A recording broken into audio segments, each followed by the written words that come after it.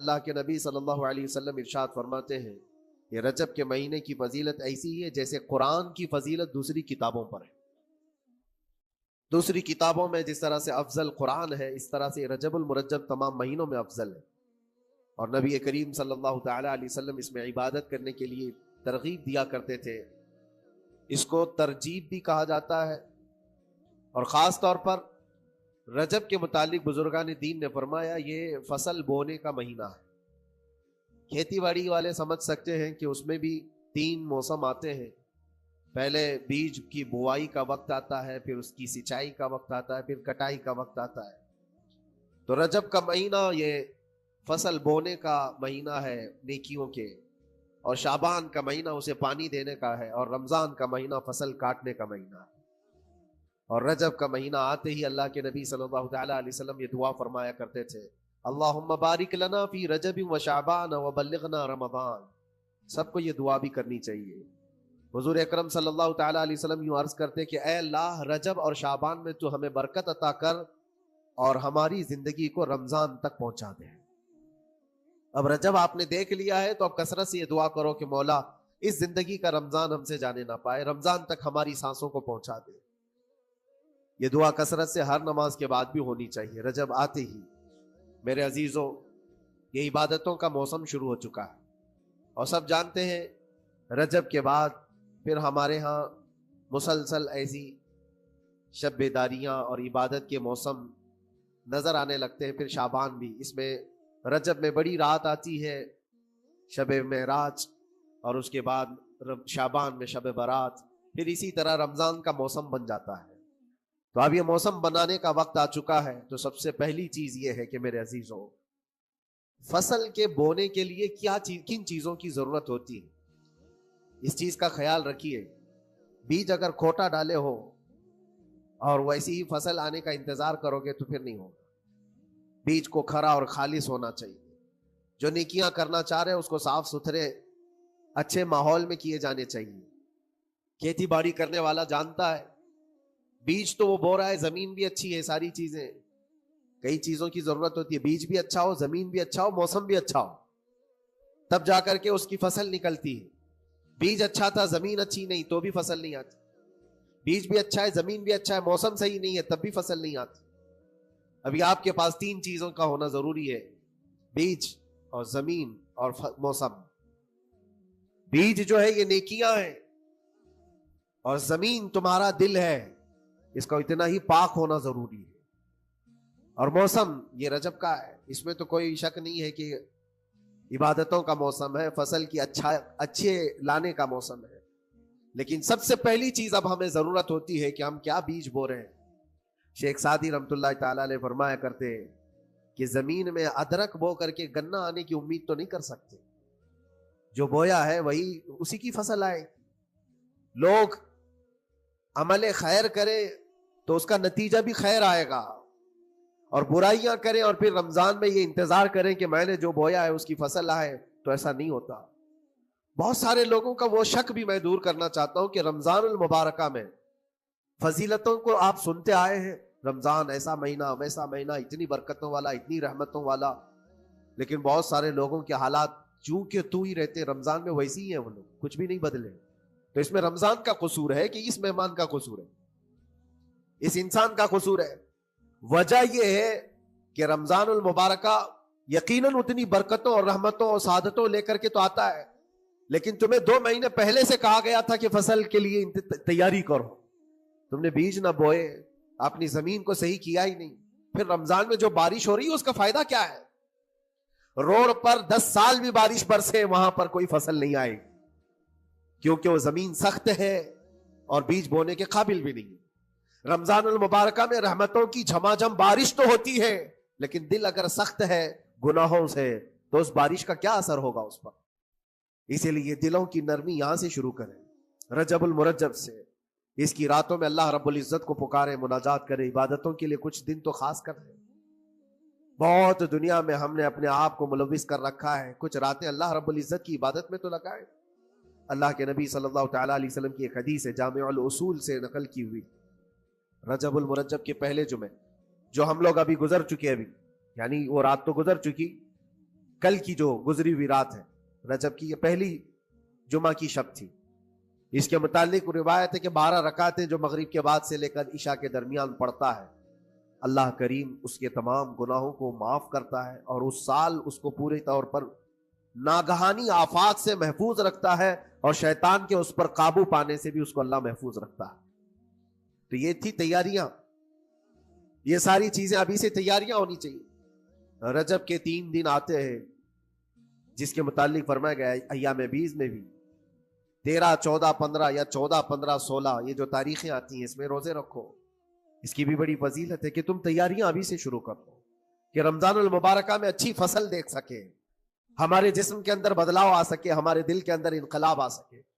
اور تیاری یہاں سے نہ کر کے صرف رمضان میں ہی امید لگائے بیٹھتا ہے تو میرے عزیزوں کچھ تو صفائی کی ضرورت ہوتی ہے.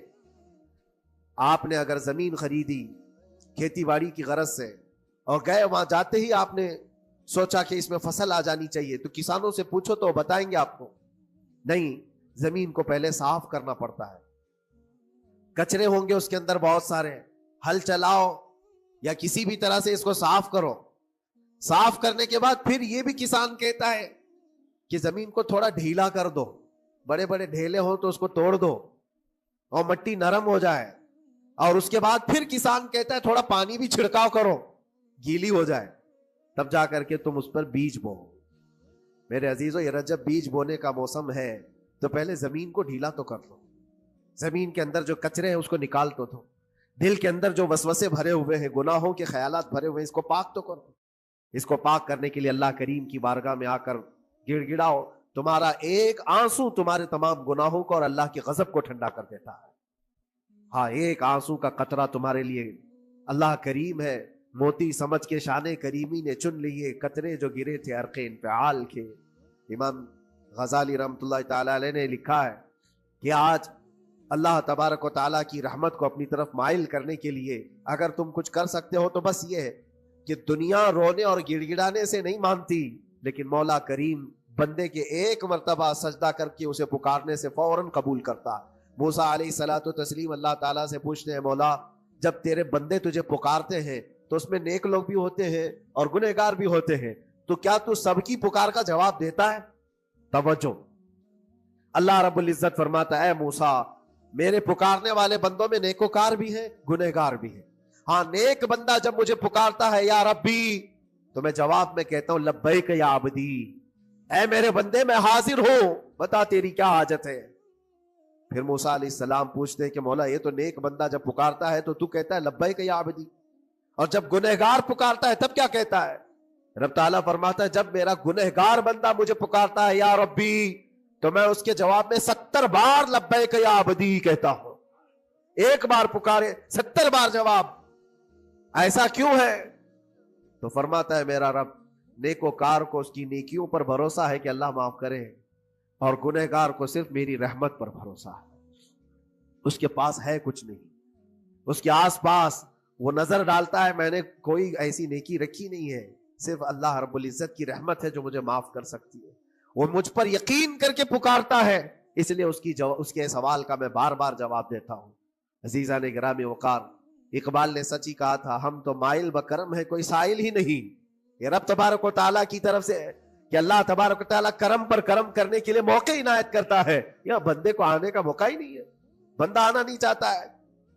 اس سے پہلے کہ تمہارے ساری چیزیں بند ہو جائیں، دروازے ختم ہو جائیں، اللہ رب العزت کی بارگاہ میں آؤ اور اسے پکارو.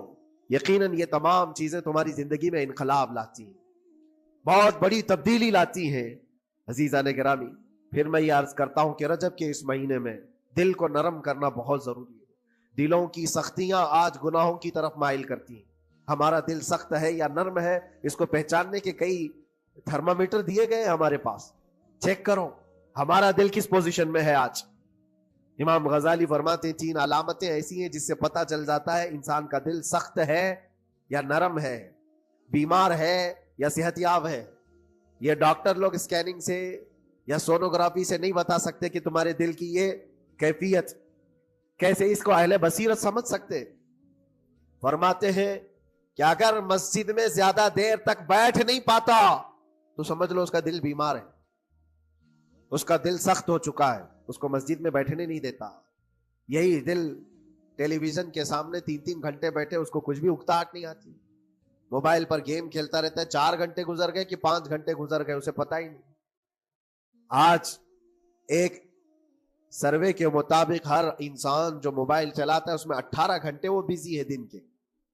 کئی جگہوں پر ایسے حالات آئے 18 گھنٹے دن میں ہوتے ہی ہے 24 گھنٹے، جس میں 6 گھنٹے اگر آرام کے نکالے تو باقی پورے 18 گھنٹے کیسے انسان بزی رہ سکتا ہے؟ اس میں کھانا بھی ہے، پینا بھی ہے، حاجتیں بھی ہیں. لیکن سروے کے مطابق یہ بھی بات آئی ہے کہ 18 گھنٹے کنزیوم کرتے ہیں. میرے عزیزوں، اس میں کوئی اکتاہٹ اور اس میں کوئی ملال نہیں آتا، بیزارگی نہیں آتی. اور اللہ کے گھر میں یا فرض سے نماز سے ابھی سلام پھیرا کیا کہ بھاگنے کی تمنا ہوتی ہے. کئی جگہوں پر تو ایسا ہے. اسی لیے اللہ کے نبی صلی اللہ تعالی علیہ وسلم کی ایک حدیث میں سناتا ہوں. ارشاد فرماتے 2 چیزیں کسی منافق کے اندر جمع نہیں ہو سکتی. 2 چیزیں منافق آدمی کے اندر آ ہی نہیں سکتی. وہ کیا چیزیں؟ حضور پاک صلی اللہ تعالی علیہ وسلم فرماتے اچھے اخلاق منافق کے اندر نہیں آتے، اور اللہ کی اور اس کے رسول کی ہر بات پر یقین یہ منافق کے اندر نہیں آ سکتے.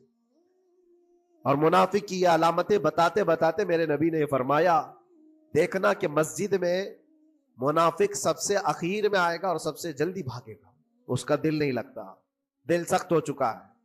اور بازار میں سب سے پہلے جائے گا اور سب سے لاسٹ میں نکلے گا. بازار اس کے دل لگنے کی جگہ ہے، اس کے وہاں پر تفریح کی جگہ ہے. اور مومن کی علامت یہ فرمایا کہ مومن مسجد میں جلدی آتا ہے اور دیر سے جاتا ہے، اس کا دل لگا رہتا ہے. اور مومن بازار میں لوگوں کے شروعات میں نہیں، اپنی ضرورت کے مطابق گیا اور نکل آیا. اور فرماتے ہیں میرے آقا صلی اللہ علیہ وسلم روئے زمین پر سب سے اچھی جگہوں میں سے کوئی جگہ ہے تو اللہ کا گھر ہے، مسجد ہے. اور سب سے بری جگہوں کے متعلق فرمایا وہ بازار ہے. اب یہاں پر دلوں کے متعلق میں عرض کر رہا ہوں کہ کس کا دل کس پوزیشن میں ہے اسے آج خود آزما لینا چاہیے. دوسری علامت امام غزالی فرماتے ہیں قرآن پاک کھولے گا وہ صفحہ 2 صفحہ سے زیادہ پڑھ نہیں پائے گا، بند کرنے کا دل کرے گا. یہ تو چھوڑو اٹھانے کے بعد پڑھنے نہ پڑھنے کی بات ہے، کچھ تو چھونا بھی نہیں چاہتے، اٹھاتے ہی نہیں. سال پورا ہو گیا تو قرآن پکڑتے نہیں، تو پھر دل کی کیفیت کیا ہو چکی ہوگی؟ دل کیسا مریض ہوگا؟ بعض لوگ ہم سے یہ کہتے بھی تھے کہ حضرت پڑھنا تو آتا نہیں، کیا کریں گے قرآن کا؟ کہا اٹھانا تو آتا ہے. میں نے ان سے پوچھا قرآن اٹھانا تو آتا ہے، جب قسم کھانے کی بات ہوتی ہے تو کیسے قرآن اٹھا لیتے ہو، سر پہ رکھ لیتے ہو؟ اسی طرح سے قرآن کو ہی اٹھا کر کے سینے سے لگا کر اللہ کی بارگاہ میں دعا کرو کہ مولا میرے دل کے دروازے کھول دے. اور قرآن کوئی سخت چیز نہیں ہے، اللہ وعدہ فرما رہا ہے ہم نے قرآن یاد کرنے کے لیے آسان بنایا ہے. کوئی یاد کرنے والا؟ وہ خود قرآن تمہارے دل میں اتر جائے گا. کوشش کرو. دل کی بیماری کی 2 علامتیں میں نے بتایا. اگر بیمار دل ہے تو زیادہ یہاں بیٹھ نہیں سکتا اور زیادہ دیر قرآن پڑھ نہیں پاتا. تیسری بات فرماتے ہیں کہ تیسری علامت یہ ہے کہ ہمارا دل اگر سخت ہو چکا ہے تو جیب میں پیسے ہوں گے لیکن کوئی مانگ رہا ہوگا اللہ کے نام پر، دینے کی طبیعت نہیں ہے، کہیں دینے کی طبیعت نہیں کرتی. اور یہ چیز ہاتھ اٹھانے کو تمہارا دل نہیں کرتا تو سمجھ جاؤ کہ دل بیمار ہے. اور دل کی بیماری لے کر کے اگر کوئی رجب میں سوچتا ہے کہ میں بیج بوؤں گا تو کیا فائدے کا؟ زمین سخت ہے، زمین سخت ہے اور اس پر بارش بھی ہوگی تو کچھ فرق نہیں پڑتا، فصل نہیں آئے گی. دل کو نرم کرو. اور ایک علامت میں بتاؤں، اور ایک علامت کہ دل نرم ہے یا سخت ہے، اس کی ایک علامت یہ بھی ہے اللہ کا جب ذکر کرے، جنت کا جب ذکر کرے، جہنم کے عذابات کا ذکر کرے، قبر کے معاملات کا ذکر کرے، حشر کے سوالات کا ذکر کرے تو اس کی آنکھیں ڈبڈبا جائیں اور آنسو نکل آنے لگے. قرآن کی آیتیں سن کر کے اس کا دل ہلنے لگے اور آنسو آ گئے تو سمجھ جاؤ کہ اس کا دل نرم ہے. ابھی اس کا دل بیمار نہیں ہوا، ابھی اس کا دل بیمار نہیں ہوا. لیکن یہاں تو پوزیشن الگ ہے، سچویشن الگ ہے. ہم تو پتہ نہیں کن کن چیزوں میں رو لیتے ہیں لیکن اللہ کا کلام سنتے ہوئے کسی کے کان پر جوں بھی نہیں رینگتی. لوگ تو گانوں پر تھرکنے والے اور نغموں پر اچھل کود کرنے والے وجد کی بات کرتے ہیں، لیکن اللہ کا کلام پڑھنے پر کوئی کسی کو وجد کیوں نہیں آتا؟ یہ ایمان کی علامت ہے. قرآن میں اللہ نے فرمایا اذا تلیت علیہم آیاتہ زادتہم ایمانا، جب اللہ کی آیتیں ان پر تلاوت کی جاتی ہیں مومنین پر، ان کا ایمان بڑھ جاتا ہے۔ کیا آپ امام کے پیچھے قرات سن کر کے اپنے دل میں ہلچل محسوس کرتے ہیں؟ سننے کی طبیعت کرتی ہے؟ بلکہ ادھر نماز پڑھ کر کے جانے کے بعد آدھے گھنٹے کے بعد پوچھے آج پہلی رکعت میں کیا پڑھا تھا، دوسری رکعت میں کیا پڑھا، آپ کو پتہ ہی نہیں رہتا، یاد ہی نہیں امام صاحب کیا پڑھ رہے تھے، میں تو دکان کا حساب کتاب کر رہا تھا، کیا خبر ہے کہ انہوں نے کیا پڑھا۔ تو قرآن کو توجہ سے پڑھے ہوتے تو تمہارے دل میں بھی وہ باتیں اثر کر رہی ہوتی۔ میرے عزیزوں، کتنے ایسے لوگ ہیں جو صرف اور صرف قرآن پاک کی تلاوت کی وجہ سے دلوں کو نرم کر دیا گیا ہے۔ میں اسی بات پر آج فوکس کر کے ختم کر دوں گا۔ رجب المرجب بیج بونے کا موسم ہے تو دل کے نرمی کے ساتھ ہی بیج بو، کیونکہ یہ زمین ہے تمہاری، اور زمین نرم نہ ہو تو کتنی بھی نیکیاں کرو کیا فائدے کی۔ دل سخت ہے، گناہوں سے لبریز ہے، اور دل کو نرم کرنے کا علاج دو چیزیں بتائی گئی، کریں گے انشاءاللہ۔ دو چیزیں بڑی آسان ہیں، اگر دل کو نرم کرنا ہے تو دو چیزیں فرمائی گئی، کثرت سے قرآن پاک کی تلاوت کرو یا کثرت سے میرے نبی پر درود پاک پڑھا کرو۔ دو چیزیں کر کے دیکھو، تمہارا دل نرم ہو جائے۔ اور بھی دوسرے علاج بھی میرے آقا نے فرمایا۔ ایک صحابی آئے تھے، انہوں نے عرض کیا یا رسول اللہ صلی اللہ علیہ وسلم، لوگ آپ کے پیچھے نماز پڑھتے ہیں تو زاروں قطار رونے لگتے ہیں، جب آپ دعا کرتے ہیں تو وہ دھاڑے مار کر کے روتے ہیں، میں کبھی رو نہیں پاتا، میرا رونا نہیں آتا، میں بھی قرآن سنتا ہوں، میں بھی آپ کے پیچھے نماز پڑھتا ہوں۔ تو حضور پاک صلی اللہ علیہ وسلم نے فرمایا تمہارا دل سخت ہو گیا ہے، تمہارا دل سخت ہو گیا ہے۔ انہوں نے کہا کیا کروں، علاج کیا ہے اس کا؟ وہ مسیحائے امت ہے میرے آقا، ہر ایک کا علاج جانتے ہیں، کس کو کون سا علاج دینا ہے۔ نبی پاک صلی اللہ تعالی علیہ وسلم فرماتے جاؤ کسی یتیم بچے کے سر پر ہاتھ پھیرو، اللہ تمہارا دل نرم کرے گا۔ ان کے لیے وہ علاج رکھا گیا تھا، جس کو جیسا علاج بتایا میرے آقا صلی اللہ علیہ وسلم نے، کسی یتیم کے سر پر ہاتھ پھیرو دل نرم ہوگا۔ لیکن دل کے نرم ہونے کے علاج اللہ کے نبی صلی اللہ علیہ وسلم کے شفا خانے میں ہے۔ ہاتھ سے آپ کثرت سے درود پاک پڑھو، پھر دیکھو آپ کے دل کے اندر انقلاب آتا ہے یا نہیں آتا۔ آپ کے چہرے کا نور بڑھ جائے گا، زبان کا اثر بڑھ جائے گا، عمل خیر کی طرف رغبت بڑھ جائے گی۔ کثرت سے جب بندہ حضور پاک صلی اللہ علیہ وسلم پر درود پڑھتا ہے، اس کی زبان سے جھوٹ نکل جاتا ہے، گالی اس کی زبان پر نہیں آ پاتی ہے، کیونکہ وہ پاک کرتا چلا جاتا ہے اپنی زبان کو اللہ کے نبی کا نام لے کر کے۔ میرے عزیزو، اس میں دقت کیا ہے درود پاک کثرت سے پڑھنے میں؟ آپ جہاں چل رہے ہو، پھر رہے ہو، اٹھ رہے ہو، بیٹھ رہے ہو، انتظار میں ہو، سونے کے لیے جا رہے ہو، زبان ہی تو ہلانا ہے میرے نبی پاک صلی اللہ علیہ وسلم کی بارگاہ میں درود پڑھ کر کے۔ اور ضروری نہیں ہے کہ بہت لمبے لمبے درود پاک آپ کو یاد کرنے ہو، صلی اللہ علیہ وسلم بھی پڑھ لیا تو یہ درود پاک ہے، یہ درود پاک ہے۔ یا تو پھر الصلاۃ والسلام علیک یا رسول اللہ کہتا ہے تو یہ بھی درود پاک ہے، درود پاک ہے یہ۔ اور دل کو جب نرم ہو جائے گا تو انشاءاللہ العزیز آپ اس کے اثر بھی دیکھیں گے، اس کے اثر بھی۔ اللہ عز و جل اپنے کلام مقدس میں فرماتا ہے بے شک اللہ کے نزدیک گنے ہوئے شمار کیے ہوئے جو مہینے ہیں وہ 12 ہیں، اور ان 12 مہینوں میں سے 4 حرمت والے مہینے ہیں، عزت والے مہینے ہیں، عظمت والے مہینے ہیں۔ وہ 4 مہینے کون سے ہیں؟ مسلسل ترتیب کے ساتھ ذوالقعدہ، ذی الحجہ اور محرم، اور 4تھا مہینہ رجب المرجب جس میں ہم اور آپ زندگی گزار رہے ہیں۔ اس کو رجب الاسم اور رجب العصب بھی کہا گیا ہے۔ یہ جو 4 مہینے ہیں اس میں جنگ و جدال، قتل و قتال سب حرام ہو جاتی ہیں۔ اس دور میں جو جنگیں ہوتی تھی، کفار و مشرکین بھی اپنی تلواریں روک لیا کرتے تھے۔ یہ 4 حرمت والے مہینوں کی سارے لوگ عزت کرتے۔ ان 4 مہینوں میں امن و امان قائم ہو جاتا، جیسے 2 قبیلوں میں جھگڑے ہیں، فساد ہے، اور ایک دوسرے سے جنگ پر ہمیشہ آمادہ رہتے ہوں، لیکن ان 4 مہینوں کے اندر امن قائم ہو جاتا تھا، راستے کھل جاتے تھے۔ اور اللہ تبارک و تعالیٰ نے قرآن پاک میں ان 4 مہینوں کی فضیلت بھی بیان فرمائی۔ اس میں رجب کے لیے ایسی فضیلت ہے، اللہ کے نبی صلی اللہ علیہ وسلم ارشاد فرماتے ہیں یہ رجب کے مہینے کی فضیلت ایسی ہی ہے جیسے قرآن کی فضیلت دوسری کتابوں پر ہے۔ دوسری کتابوں میں جس طرح سے افضل قرآن ہے، اس طرح سے رجب المرجب تمام مہینوں میں افضل ہے۔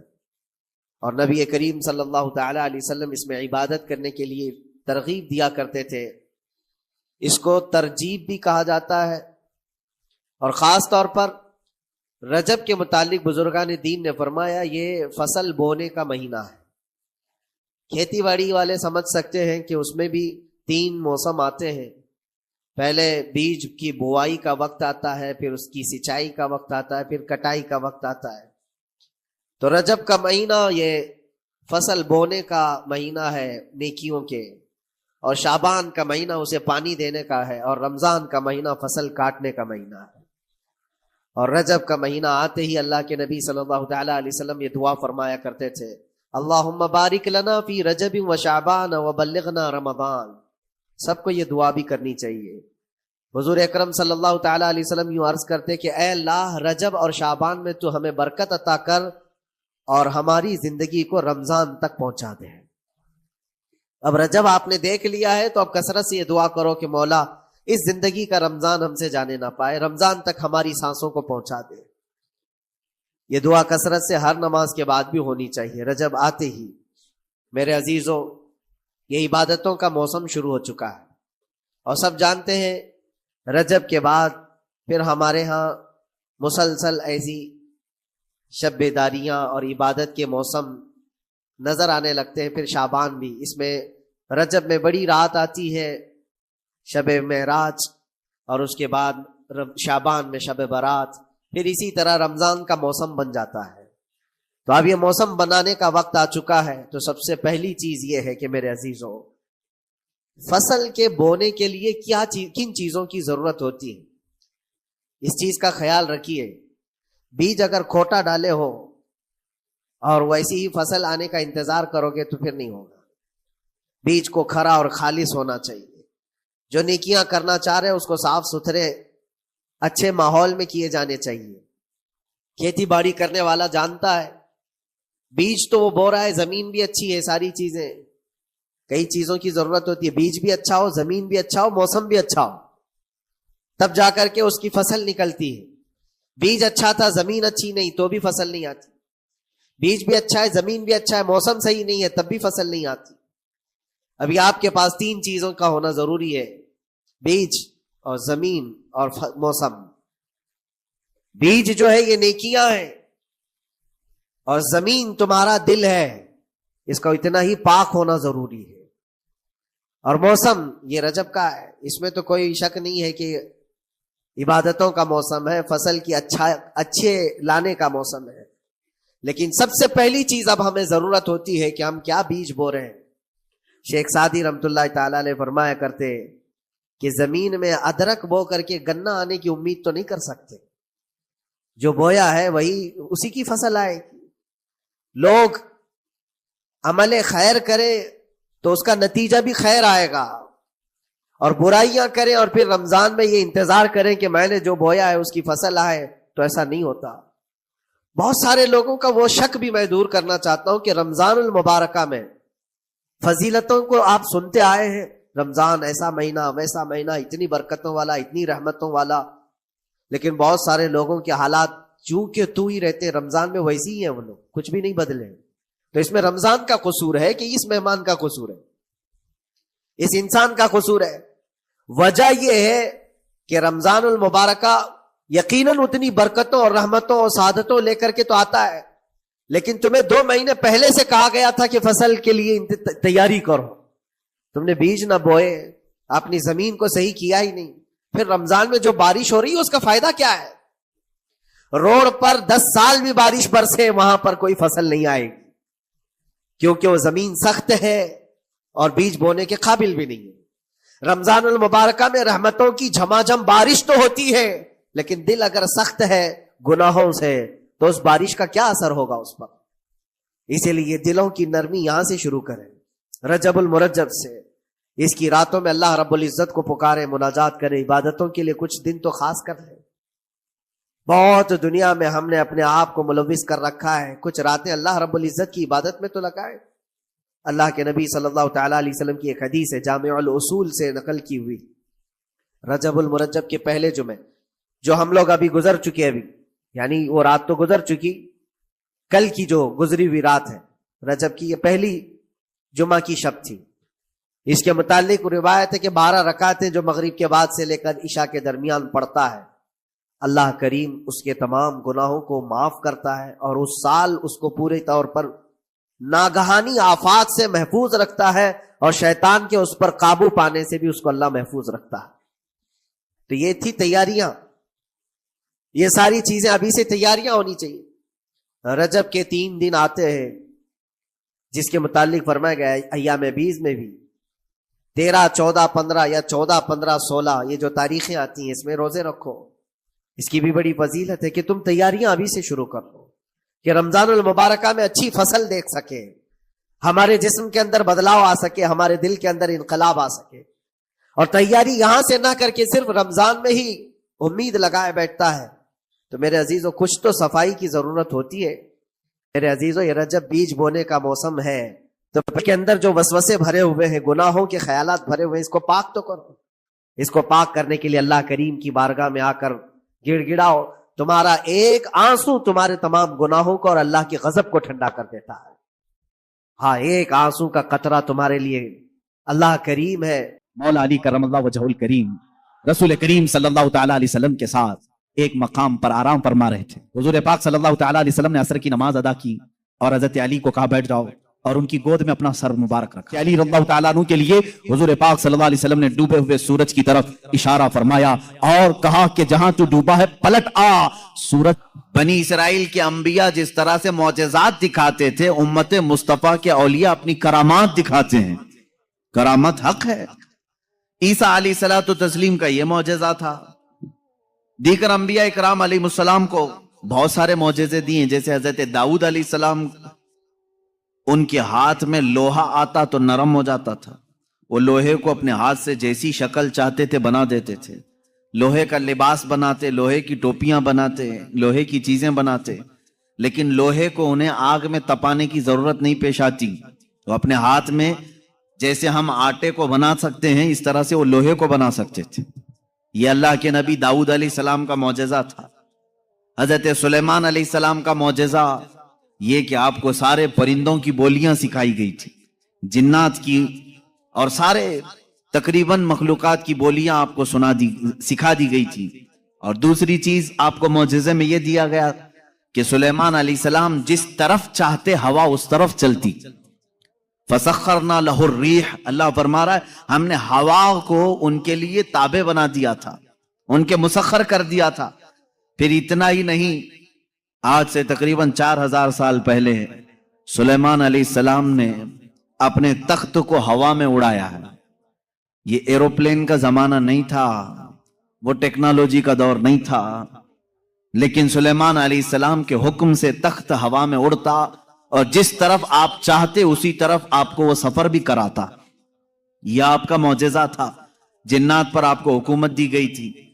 حضرت داؤد علیہ السلام، حضرت سلیمان علیہ السلام، حضرت موسیٰ علیہ السلام، حضرت عیسیٰ علیہ السلام، ان کے یہ مختصر معجزات میں نے آپ کے سامنے رکھی۔ تقریباً انبیاء اکرام علیہ السلام کو معجزے دیے گئے۔ حضرت صالح علیہ السلام کو ایک معجزہ اونٹنی کی شکل میں دیا گیا تھا، اس لیے کہ اس زمانے کے لوگ جس چیز کے قائل نہیں تھے اسی چیز کو معجزہ بنا کر کے بھیجا گیا ہے۔ یعنی عیسیٰ علیہ السلام کے زمانے میں لوگ یہ کہتے تھے مرنے کے بعد دوبارہ زندہ نہیں ہو سکتے، عیسیٰ علیہ السلام کو وہی معجزہ دے کر بھیجا اللہ نے، مردوں کو زندہ تم کر کے دکھاؤ۔ جب نبی کر کے دکھا سکتے ہیں تو اللہ دوبارہ کیسے نہیں زندہ کرے گا۔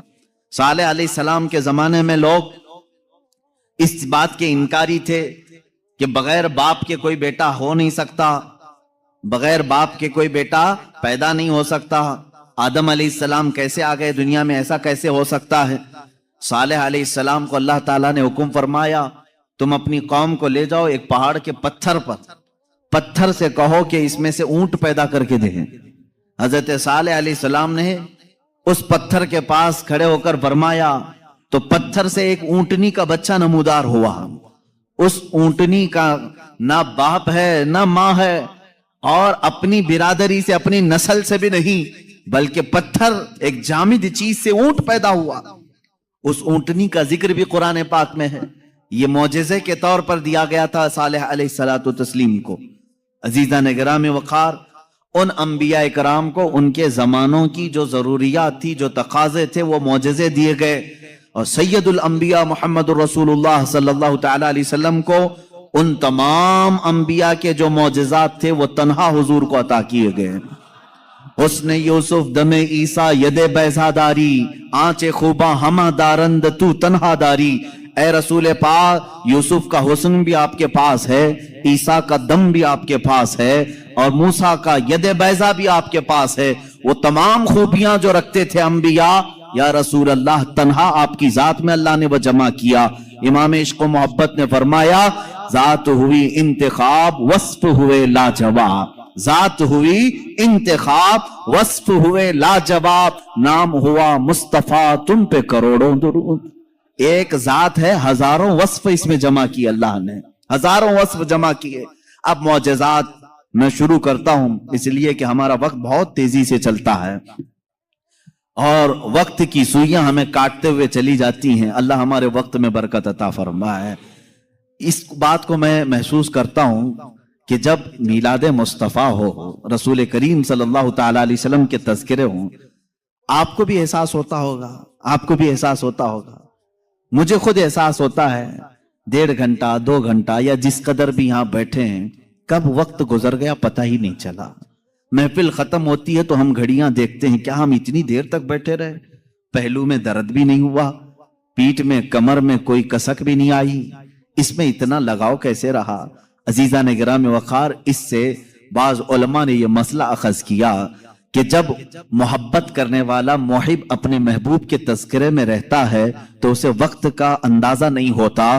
اسی لیے لوگوں نے کہا قیامت کا دن اگرچہ 50,000 سال کا ہو, اگرچہ 50,000 سال کا ہو, لیکن جو لواء الحمد کے نیچے آ گیا وہ میرے مصطفیٰ کی شان بیان کر رہا ہوگا. یہاں تک کہ قیامت کا یہ 50,000 سال کا جو ایک دن ہے, روایات میں بتایا گیا ہے عاشقان مصطفیٰ کو ایسا لگے گا جیسے بجلی چمکی اور ختم ہو گئی. لوگ کہتے ہیں قیامت آئی بھی اور چلی بھی گئی. وہ لمبا دن ان کے لیے بھاری ہوگا جو گستاخی رسول میں اپنے پیٹ مروڑتے رہتے ہیں, ان کے لیے بھاری ہوگا جن کے سینے رسول اللہ کی محبت سے منور نہیں ہیں.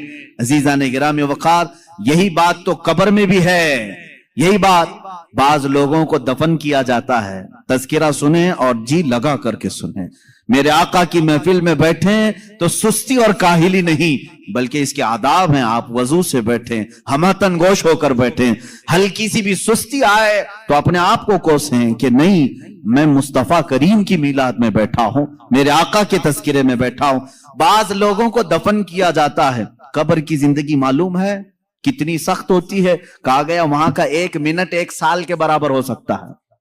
مردے پر وقت ہی نہیں گزرتا, وقت ہی نہیں جاتا, وہ روز انتظار کرتا ہے, روز انتظار کرتا ہے.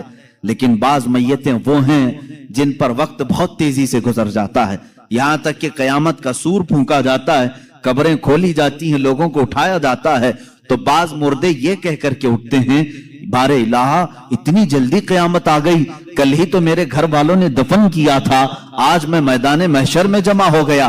جبکہ وہ 500 سال سو چکے ہوں گے, 1000 سال سو چکے ہوں گے. فرق کیوں؟ بعض مردوں پر وقت نہیں بیتتا, بعض لوگوں پر وقت تیزی سے چلا جاتا ہے. وجہ یہ ہے کہ جس کی قبر میں جلوہ مصطفیٰ نظر آ جائے, میرے آقا صلی اللہ تعالی علیہ وسلم اس کی قبر میں آ جائیں اور وہ جلوہ جہاں آرا کو دیکھنے میں مصروف ہو تو قیامت کا سور پھونک دیا جائے گا, وہ انہی جلووں میں مست ہو چکا ہوگا اور اسے وقت کا احساس نہیں ہوگا. اے اللہ ہمیں اس جماعت میں شامل فرما. اب ہم معجزات مصطفیٰ صلی اللہ تعالی علیہ وسلم کی طرف چلتے ہیں. اللہ کے نبی صلی اللہ تعالی علیہ وسلم کو میرے مولا نے جو معجزے دیے تھے وہ الگ الگ ہیں, حسی معجزے, معنوی معجزے. آپ صلی اللہ تعالی علیہ وسلم کا سب سے بڑا معجزہ کیا ہے میں اس کو آخر میں عرض کرتا ہوں, لیکن ایک بات یاد رکھیں, حضور کی پوری زندگی معجزہ ہے, سب پوری زندگی معجزہ ہے. آپ کے جو بیانات ہیں وہ حدیثیں اور معجزہ ہیں. حضور پاک صلی اللہ تعالی علیہ وسلم کا چلنا پھرنا اٹھنا بیٹھنا سب معجزے کی شکل میں ہے, اس لیے کہ اس طرح کی چیزیں عام آدمی کر نہیں سکتا. جو یہ دعویٰ کرے کہ میں حضور کے برابر ہو سکتا ہوں, معاذ اللہ رب العالمین, اس کو آج ہمارا بیان ضرور سننا ہوگا.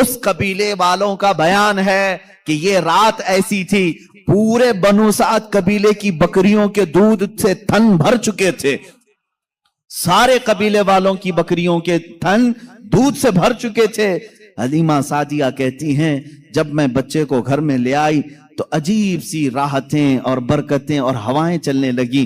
لوگوں نے محسوس کیا آج تک بنو سعد قبیلے میں ایسی خوشگوار ہوائیں آئی نہیں تھی، لیکن لوگوں نے بعد میں یہ محسوس کیا یہ حلیمہ سعدیہ کے گھر جو بچہ آیا ہے اسی کی برکتیں ہیں۔ ایک کے بعد دیگرے لوگوں نے معجزے دیکھے بھی۔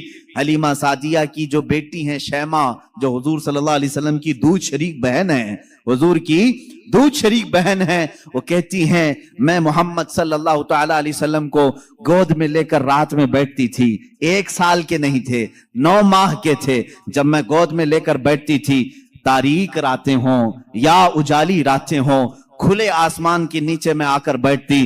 محمد عربی صلی اللہ علیہ وسلم کی پرورش میں حلیمہ کا گھرانہ لگا ہے۔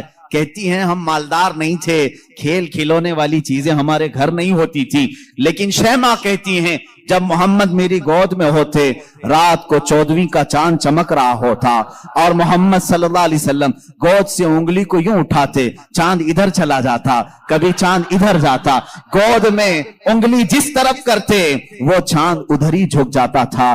اعلیٰ حضرت امام عشق و محبت فاضل بریلوی رضی اللہ تعالیٰ عنہ یوں فرماتے ہیں چاند جھک جاتا ادھر، انگلی اٹھاتے مہد میں، کیا ہی چلتا تھا اشاروں پر کھلونا نور کا، کیا ہی چلتا تھا اشاروں پر کھلونا نور کا۔ صبح طیبہ میں ہوئی بٹتا ہے باڑا نور کا، صدقہ لینے نور کا آیا ہے تارا نور کا۔ عزیزان گرامی، کھلونا بنا ہے کون؟ جس سے پوری دنیا آج تک کھیل نہ سکی، وہ محمد عربی صلی اللہ علیہ وسلم کا کھلونا بنا ہے۔ یہ میرے آقا صلی اللہ علیہ وسلم کے معجزات، گود کے معجزات ہیں، گود کے معجزات ہیں۔ اب میں یہاں پر ایک بات یہ بتانا چاہتا ہوں، ان لوگوں کے ذہن کو میں صاف کرنا چاہتا ہوں جو لوگ یہ کہتے ہیں حضور صلی اللہ تعالی علیہ وسلم 40 سال کے بعد نبی بنائے گئے، 40 سال کے بعد نبی بنائے گئے۔ بہت سارے لوگوں نے کتابوں میں بھی لکھ دیا۔ میرے عزیز بات کو سمجھا کرو، نبی بنائے گئے یہ جملہ توجہ، اور ہمارا عقیدہ یہ ہے 40 سال کے بعد حضور نے اپنے نبی ہونے کا اعلان فرمایا۔ نبی بنائے گئے الگ چیز ہے، وہ نبی کب بنائے گئے تھے یہ خود رسول پاک سے پوچھو، آپ کب نبی بنائے گئے تھے؟ ان کی کتابوں سے نہ پوچھیں گے، ہم حضور سے پوچھتے ہیں۔ میرے آقا فرماتے ہیں کنت نبیا وآدم بین الماء والطین، میں تو اس وقت بھی نبی تھا جب آدم کو پانی اور مٹی میں گوندھا جا رہا تھا، آدم علیہ السلام کے خمیر کو گوندھا جا رہا تھا، اس وقت بھی میں نبی تھا، یہ اللہ کے حبیب صلی اللہ علیہ وسلم نے فرمایا۔ اور یہ لوگ کہتے ہیں 40 سال کے بعد نبی بنائے گئے۔ اچھا چلو ٹھیک ہے، اس حدیث کو اگر نہیں مانتے، معجزہ کب دیا جاتا ہے؟ معجزہ کب دیا جاتا ہے؟ جب نبی اپنی نبوت کو ظاہر کر دے، اسے لوگوں کو قائل کرنا رہتا ہے، ایمان کی طرف بلانا ہوتا ہے، اپنی حقانیت کی دلیل پیش کرنی ہوتی ہے، تب نبی معجزہ دکھائے گا۔ یہاں محمد عربی صلی اللہ علیہ وسلم گود میں جو معجزے دکھا رہے ہیں، حلیمہ سعدیہ کے گھر جو معجزے دکھائے جا رہے ہیں، تمہارے قول کے اعتبار سے 40 سال کے بعد نبی ہوئے تھے نا، تو معجزے تو 40 سال بعد دکھنا چاہیے۔ حلیمہ سعدیہ کی گود میں جو معجزے دکھ رہے ہیں، اس سے پتہ چلتا ہے وہ پیدائشی نبی تھے، اعلان کا حکم 40 سال کے بعد اللہ نے دیا، وہ نبی نبوت لے کر کے دنیا میں آئے۔ عزیزان گرامی، یہ معجزات کی ابتدا حلیمہ سعدیہ کے گھر سے ہوئی، اور اس کے بعد 1 2 نہیں کئی معجزے۔ حلیمہ سعدیہ رضی اللہ تعالیٰ عنہا کی بیٹی شیمہ کہتی ہیں 2 سال کی عمر سے پہلے ہی حضور پاک صلی اللہ تعالیٰ علیہ وسلم عام انسانوں کی طرح بڑے نہیں ہوئے ہیں، 9 مہینے کی عمر میں تو آپ تیر چلاتے تھے اور برابر نشانے پر، اور کبھی آپ نے ہکلا کر کے بات نہیں کی، جیسے بچے تتلا کر ہکلا کر بات کرتے ہیں۔ اللہ کے حبیب صلی اللہ علیہ وسلم نے جب گفتگو فرمائی، نہایت فصیح عربی میں گفتگو فرمائی، فرماتی ہیں کہ ایک بھی ایسا ٹوٹا ہوا جملہ محمد سے ہم نے سنا نہیں، یہ حضرت حلیمہ سعدیہ فرماتی۔ عزیزان گرامی، شیمہ کہتی ہیں 1.5 سال کی عمر میں میرے ساتھ محمد صلی اللہ علیہ وسلم بکریاں چرانے کے لیے آ جاتے تھے، بکریاں چرانے کے لیے آتے تھے۔ وہ کہتی ہیں جب بکریاں چرانے کے لیے محمد صلی اللہ علیہ وسلم جاتے تھے جنگل میں یا صحرا میں جہاں پر بھی معاملہ، وہ کہتی ہیں میں ایک آدھ بکری کو لے کر جاتی لیکن محمد صلی اللہ علیہ وسلم کے ساتھ ساری بکریاں ہوتی. فرق یہ تھا کہ میں دھوپ میں چرا رہی ہوتی لیکن ہمیشہ محمد صلی اللہ علیہ وسلم پر بادل کا ایک ٹکڑا سایہ بنا رہتا تھا، ہمیشہ چھاؤں رہتی تھی، کبھی دھوپ براہ راست ان کے رخساروں کو نہیں مارتی، ان کے رخساروں پر نہیں پڑتی. یہ حضرت شیمہ کہتی ہیں، حلیمہ سعدیہ کی بیٹی کہتی ہے ایک دن ایسا ہوا محمد عربی صلی اللہ تعالی علیہ وسلم 1.5 سال یا 2 سال کی عمر کے آس پاس ہیں، اچانک 2 لوگ آئے اور ان کو کوئی پہچانتا نہیں تھا. محمد عربی صلی اللہ تعالی علیہ وسلم کو انہوں نے ایک درخت کے نیچے لٹایا اور ان کا سینہ چاک کر دیا. حضور پاک صلی اللہ علیہ وسلم کا وہ گھبرائی ہوئی بھاگتی ہوئی اپنی ماں کے پاس آئی. 2 سال کی عمر تھی جب میرے آقا صلی اللہ علیہ وسلم کی حلیمہ سعدیہ کی بیٹی یا بیٹا جو حضور کے دودھ شریک تھے وہ دوڑتے ہوئے ماں کے پاس آئے اور کہا عجیب ایک بات ہم نے دیکھی محمد صلی اللہ علیہ وسلم کے ساتھ کہ کوئی انہونی 2 شخصیات آئیں، انہوں نے گرایا ہے اور سینہ چاک کر دیا ہے، اللہ نہ کرے کہ محمد کے ساتھ کچھ برا نہ ہو جائے. وہ گھبرائے ہوئے تھے. حضرت حلیمہ کہتی ہے میں دوڑتی ہوئی اس مقام پر پہنچی، جا کر کے دیکھا درخت کے سائے میں وہ آرام کر رہے تھے، کوئی لوگ نہیں تھے، کوئی شخصیات نہیں تھی. حلیمہ سعدیہ نے دیکھا واقعی سینے کے اوپر کچھ نشانات نظر آ رہے تھے. اٹھایا اور پوچھا کہ کیا بات ہے؟ محمد عربی صلی اللہ علیہ وسلم نے فرمایا اللہ کے 2 فرشتے آئے تھے، انہوں نے میرا سینہ کھولا اور دل نکالا، جنت سے لائے ہوئے تشت میں جو ایمان و حکمت سے بھرا ہوا تھا میرے دل کو اس میں رکھا اور اس کے بعد پھر میرے سینے پر رکھا اور پھر بند کر دیا اور وہ چلے گئے. اس لیے کہ بچپن میں آنے والی عام انسانوں کی خصلتیں اس نور خدا محبوب خدا کے دل میں کبھی نہ آئیں. انہوں نے سارے وسوسوں کو میرے پاک کر دیا. یہ 2 سال کی عمر میں شق صدر کا معجزہ اس کو کہتے ہیں. کیا کہتے ہیں؟ شق صدر، سینہ پھٹ جانے والا. یہ جو معجزہ ہے حضور پاک صلی اللہ علیہ وسلم کی زندگی پاک میں 4 مرتبہ اس طرح سے ہوا. سینہ شق ہوا، فرشتوں نے آپ کا دل مبارک نکالا، جنتی پانی سے اور جنت کی نور و حکمت سے بھر دیا. میرے عزیزو پھر میں سوال کرتا ہوں، تم تو کہتے ہو 40 سال بعد نبی ہوئے، پھر یہ معجزہ 2 سال کی عمر میں کیسے پیش آیا؟ معجزہ نبوت کے بعد ملنا چاہیے. نبی ہونے والا اپنی نبوت کی دلیل کے لیے لوگوں کے سامنے معجزہ پیش کرتا ہے. یہ تو میں نے بچپن کے وہ حالات بتائے. میرے آقا صلی اللہ تعالی علیہ وسلم کے ان حالات کو دیکھ کر حلیمہ سعدیہ گھبرا گئیں اور پھر واپس وہ مکہ لے کر کے آئیں. اللہ کے حبیب صلی اللہ تعالی علیہ وسلم حضرت آمینہ کے گھر رہے. یہاں کے جو آپ کی زندگی پاک کے ایام ہیں وہ پھر اگلے کسی موضوع پر میں عرض کروں گا. آج معجزات مصطفیٰ ہمارا موضوع سخن ہے. اللہ کے نبی صلی اللہ تعالی علیہ وسلم کے کمالات اور معجزات بیان سے باہر ہیں، بیان سے باہر ہیں. کس چیز میں آپ نے معجزہ نہیں دکھایا؟ درختوں میں ہو، پتھروں میں ہو، جانوروں میں ہو، پرندوں میں ہو، مردوں میں ہو، آسمان کے تاروں، چاند، سورج میں ہو. کس چیز میں معجزے میرے آقا کے نہیں ہیں؟ ہر چیز میں. اور رزق میں وسعت اور برکت کے اتنے معجزے ہیں کہ پوری کتاب اس پر لکھی گئی. رزق میں برکت اور وسعت، اللہ کے نبی صلی اللہ تعالی علیہ وسلم نے جس چیز کو تناول فرمایا اور کسی کو دے دیا وہ ختم ہی نہیں ہوتی. یہ معجزہ ایک بار نہیں کئی بار پیش آیا، کئی بار پیش آیا. حضرت عمر فاروق رضی اللہ تعالیٰ عنہ فرماتے ہیں ایک بار 440 لوگ آئے، 440 لوگ حضور صلی اللہ تعالی علیہ وسلم کے پاس آ کر کے انہوں نے کہا ہماری مہمان نوازی کریں. رسول کریم صلی اللہ تعالی علیہ وسلم نے فرمایا عمر ان کو کھلاؤ. حضرت عمر نے کہا آقا میرے پاس ایک ہی آدمی کا کھانا ہے، ایک آدمی، یہ 440 ہیں. رسول کریم صلی اللہ تعالی علیہ وسلم نے ایک کھجور انہیں دی اور فرمایا جاؤ جتنا کھانا ہے اسی میں سے کھلاؤ.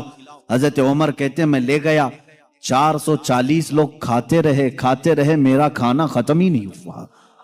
وہ کھا کر چلے بھی گئے، میرا گھر پورا کھا لیا، پھر بھی کھانا باقی رہا. یہ رزق میں برکت اور وسعت کے ایک نہیں بے شمار معجزے ہیں میرے آقا کے. صلح حدیبیہ کے موقع پر مکہ مکرمہ جا رہے تھے عمرہ کی نیت سے حضور اکرم صلی اللہ تعالی علیہ وسلم. مکہ والوں نے بیچ راستے میں روک لیا تھا، اور اس کے بعد ایک وقت ایسا آیا کہ لوگوں کے پاس پانی ختم ہو گیا، پانی نہیں تھا، اور ایک کنواں قریب میں تھا وہ بھی سوکھ چکا تھا۔ وہ کنواں آج بھی مکہ میں موجود ہے، ہم نے اس کی زیارت کی ہے۔ آپ ان سعودیوں نے 4 سال پہلے شاید ایک کمپنی کو ٹھیکے میں دے دیا، اور اس کمپنی کے انڈر اب وہ کنواں ہے، ابھی اسے ختم نہیں کیا گیا، تقریباً 14 صدیاں پرانا کنواں آج بھی موجود ہے۔ وہ سوکھا ہوا بالکل سوکھ چکا تھا، حضور پاک صلی اللہ تعالی علیہ وسلم نے کلی فرمائی اور کہا اس کنویں میں ڈال دو۔ صحابہ کہتے ہیں ہم نے اس کنویں میں پانی ڈال دیا، تھوڑا سا کلی کا پانی تھا، کنواں لبالب بھر گیا، پانی سے اتنا بھرا کہ جتنے لوگ تھے سبوں نے اس کنویں سے پانی پیا بھی، وضو بھی کیا، جسے غسل کی حاجت تھی غسل کیا، اپنے جانوروں کو بھی پلایا۔ ایک صحابی سے پوچھا گیا آپ لوگ کتنے تھے اس وقت؟ وہ کہتے ہیں ہم 1400 لوگ تھے، لیکن میرا یقین ہے کہ اگر 1 لاکھ ہوتے تو بھی پانی کم نہ پڑتا۔ اور اس کے بعد وہ کنواں کبھی سوکھا نہیں، آج بھی پانی اس میں موجود ہے۔ اور ایک کنواں بیر شفا جس کو کہتے ہیں، اس کے متعلق میں نے یہ سنا ہے کہ وہ نہایت ہی کھاری پانی، کڑوا پانی، جانور بھی نہیں پیتے تھے۔ اللہ کے نبی صلی اللہ تعالی علیہ وسلم بدر سے واپسی کے موقع پر اس میں اپنا لعاب پاک ڈالا، وہ پانی آج بھی میٹھا ہے، آج بھی میٹھا ہے۔ ان سعودیوں نے اس میں سیمنٹ بھر دیا، ڈامر ڈال دیا، تارکول ڈالا، کیمیکل ڈالا، ان کے اعتبار سے یہ شرک ہے۔ یہ سب سنی لوگ آتے ہیں تبرک سمجھ کر کے اس پانی کو نکالتے ہیں، اس کی کوئی اصل نہیں، اس کی کوئی سند نہیں، اس کا کوئی ثبوت نہیں، اور اس غصے میں انہوں نے کنویں میں ہر چیز ڈالی، لیکن پانی بھی بڑا ضدی ہے، ہر چیز کو نکل کر کے پھر باہر آتا ہے، ساری چیزیں ختم ہوتی ہیں۔ ابھی 6 مہینے پہلے کے سفر میں بھی پانی پی کر کے آئے، انہوں نے وہاں پہرے دار لگائے۔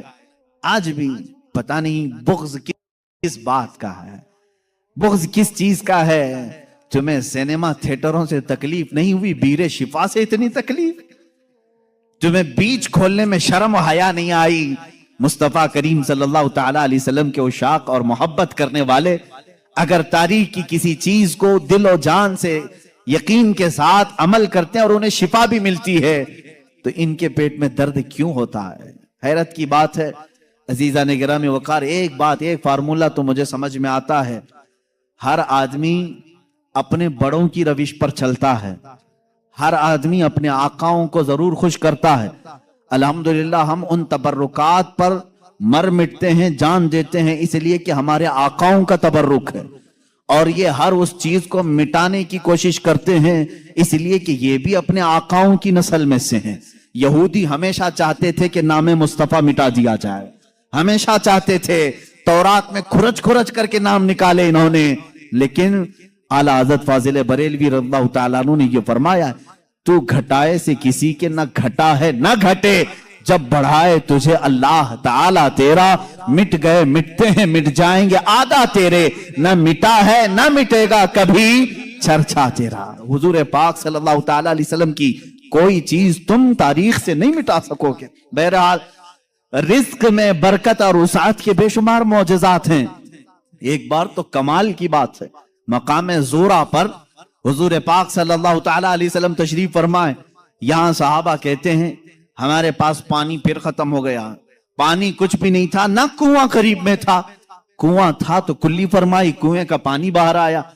حضرت موسیٰ علیہ السلام کا معجزہ یاد ہوگا آپ کو، آپ نے لکڑی سے پتھر پر مارا ایک مرتبہ، 12 چشمے باہر نکلے، قرآن پاک میں ہے، قرآن نے فرمایا فَانْفَجَرَتْ مِنْهُ 12 عَيْنًا، 12 چشمے پانی کے نکلے تھے، اور اس لیے کہ ان کی امت میں 12 قبیلے تھے، 12 قبیلوں کے لیے 12 چشمے نکل گئے۔ کس چیز سے موسیٰ علیہ السلام نے مارا؟ اپنے عصا سے۔ کس پہ مارا؟ پتھر پہ، پتھر سے 12 چشمے نکلے۔ مصطفیٰ کریم صلی اللہ تعالی علیہ وسلم سفر میں، صحابہ تشریف لائے، شکایت کی پانی کی، اللہ اللہ میں یہاں پر عقیدے پر قربان جاؤں صحابہ کے، ان سے کیوں نہیں کہتے پانی برسانا پانی دینا اللہ کا کام ہے؟ وہ صحابہ حضور کے پاس بار بار کیوں آ جاتے تھے؟ کھانا نہیں ہے تو حضور کے پاس، پانی نہیں ہے تو حضور کے پاس، بیماری ہے تو حضور کے پاس، اس لیے کہ انہی صحابہ کا عقیدہ بریلی کے امام نے لیا ہے جن کا کہنا تھا شافی و نافی ہو تم، وافی و کافی ہو تم، درد کو کر دو دوا، تم پہ کروڑوں درود، آنکھ عطا کیجئے اس میں ضیاء دیجئے، جلوہ قریب آ گیا تم پہ کروڑوں درود۔ وہ مانگنے کے لیے آتے تھے میرے آقا صلی اللہ علیہ وسلم کی بارگاہ میں، اور جنہوں نے کہا رسول اللہ سے مانگنا حرام ہے، معاذ اللہ رب العالمین، ان کو اللہ تعالیٰ نے ایسوں کا محتاج بنایا، در در کی ٹھوکریں کھاتے ہوئے آج بھی ذلیل و خوار ہے۔ اسی لیے میرے امام نے کہا ہے جو تیرے در سے یار پھرتے ہیں در بدر یوں ہی خار پھرتے ہیں، در بدر یوں ہی خار پھرتے ہیں۔ ہمیں فخر ہے اس بات پر ہم محتاج ہیں تو مدینے کے تاجدار کے رسول کریم صلی اللہ تعالیٰ علیہ وسلم سے مانگیں گے، اس لیے مانگتے ہیں کہ رب ہے موتی یہ ہے قاسم، رزق اس کا ہے کھلاتے یہ ہیں، رزق اس کا ہے کھلاتے یہ ہیں۔ ہم خالق سمجھ کر، ہم رسول اللہ کو رازق سمجھ کر نہیں جا رہے ہیں بلکہ وہ رزاق حقیقی کے نائب ہیں۔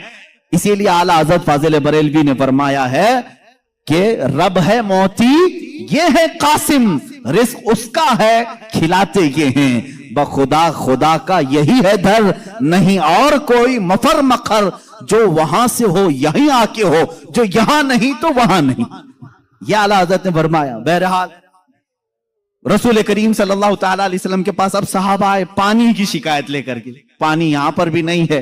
حضور پاک صلی اللہ علیہ وسلم نے فرمایا کنواں بھی قریب نہیں، تالاب بھی قریب نہیں، پتھر بھی قریب نہیں۔ ایک صحابی سے کہا کہ برتن کچھ ہے تمہارے پاس؟ کہا ایک برتن میں اتنا پانی ہے کہ یا تو پی سکتا ہوں یا تو وضو کر سکتا ہوں۔ حضور پاک صلی اللہ علیہ وسلم نے فرمایا وہی لے آؤ۔ برتن کو قریب رکھا اور اپنا دست مبارک اس میں رکھا۔ صحابہ فرماتے ہیں ہر انگلی پاک سے پانی کے چشمے جاری تھے، جیسے فوارے نکلتے ہیں، فاؤنٹن جس طرح ہوتے ہیں، حضور پاک صلی اللہ تعالیٰ علیہ وسلم کی انگلیوں سے چشمے نکلنے لگے۔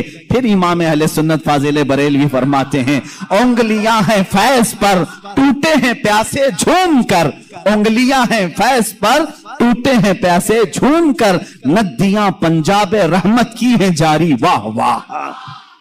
پنجاب رحمت کی، پنجاب رحمت کا مطلب پنجاب جو ہمارا ہے اس کو اسی لیے پنجاب کہتے ہیں، 5 ندیاں ہیں وہاں پر۔ میرے آقا صلی اللہ تعالیٰ علیہ وسلم کے صرف دست مقدسہ میں رحمت کے پنجاب تھے، 5 انگلیوں سے 5 چشمے نکلے۔ اور اس وقت صحابہ فرماتے ہیں ہم تقریباً 300 لوگوں نے اس سے وضو بھی کیا، پانی بھی پیا، جانوروں کو بھی پلایا۔ کس پانی سے؟ انگلیوں سے نکلے ہوئے پانی۔ اب میں پوچھتا ہوں میرے عزیزو، یہ ہے معجزہ جس کو خرق عادت کہتے ہیں، جو عقل میں نہ آئے، عقل میں نہ آئے۔ ہاں ایک بات تو سمجھ میں آتی، موسیٰ علیہ السلام نے لکڑی ماری تھی پتھر پر اور پتھر سے 12 چشمے نکلے، معجزہ وہ بھی تھا۔ لیکن ہم نے دنیا میں بہت سارے فالس دیکھے ہیں جو پتھروں سے ہی نکلتے ہیں، نہیں دیکھے آپ نے؟ پہاڑوں سے پانی کا نکلنا عام سی بات ہے، لیکن نور مصطفیٰ محمد عربی صلی اللہ علیہ وسلم کا معجزہ تو یہ ہے دنیا نے آج تک نہ سنا ہوگا نہ دیکھا ہوگا۔ پتھروں سے نکلنے والا پانی تو دیکھا ہے، انگلیوں سے نکلنے والا پانی صرف تاجدار مدینہ کے ہاں ہے۔ یہ میرے آقا صلی اللہ علیہ وسلم کا معجزہ، کمال کا معجزہ تھا۔ یہ کھانے پینے کے معاملات میں 1-2 نہیں، بہت سے معجزات ہیں۔ پھر آگے بڑھو، جنگ خندق کے موقع پر خندق کھودی جا رہی تھی۔ واقعہ ایسا تھا، میرے ان 12 روزہ عنوانات میں ایک عنوان ہے انشاءاللہ حضور صلی اللہ تعالیٰ علیہ وسلم کے سارے غزوات، حضور کی جنگی حکمتیں کیا تھیں، انشاءاللہ العزیز اس میں عرض کروں گا۔ خندق ایک جنگ ہوئی ہے، اس کا نام ہی غزوہ خندق اس لیے کہ مدینے کے اطراف میں ایک بہت بڑی خندق کھودی گئی تھی، ایک کھائی کھودی گئی تھی۔ وجہ یہ تھی کہ دشمن پوری کی پوری فوج لے کر مدینے میں داخل نہ ہو، اس لیے کہ جب دشمن فوج لے کر اپنے شہر میں آئیں گے، شہر میں تہس نہس کریں گے، بربادی کریں گے، باہر ہی نپٹ لیا جائے تو گھر تو محفوظ رہیں گے۔ جنگ ہوگی، کچھ تو نقصان ہوگا کہ نہیں ہوگا؟ جیسے دیکھنے عراق تباہ ہو گیا، شام تباہ ہو گیا۔ یہی جنگ اگر امریکہ میں ہوتی تو کیا وہ بچا ہوتا؟ جہاں جنگ ہوتی وہاں کے گھر اجڑ جاتے۔ مدینہ طیبہ سے باہر جنگ کے لیے خندق کھودی گئی۔ اب یہ خندق کھودنے میں کافی دن لگ گئے۔ صحابہ اس زمانے میں بھوکے پیاسے فاقہ کشی میں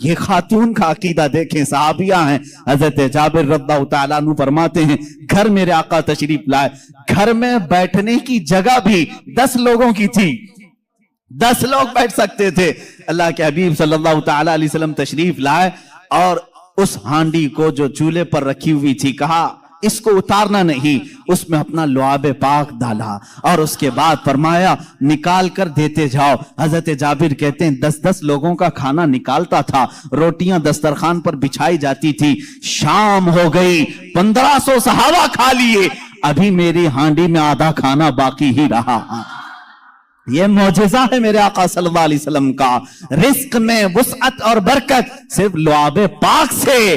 جو برابری کا دعویٰ کرتے ہیں وہ بھی اپنے گھر کی ہانڈیوں میں تھوک کے دکھائیں، تمہارے گھر والے نہ کھائیں. مصطفیٰ کریم صلی اللہ علیہ وسلم جس پہ لعاب لگا دیں 1500 جلیل القدر صحابہ کھائیں گے بھی اور ہانڈی میں بچا بھی رہ جائے گا.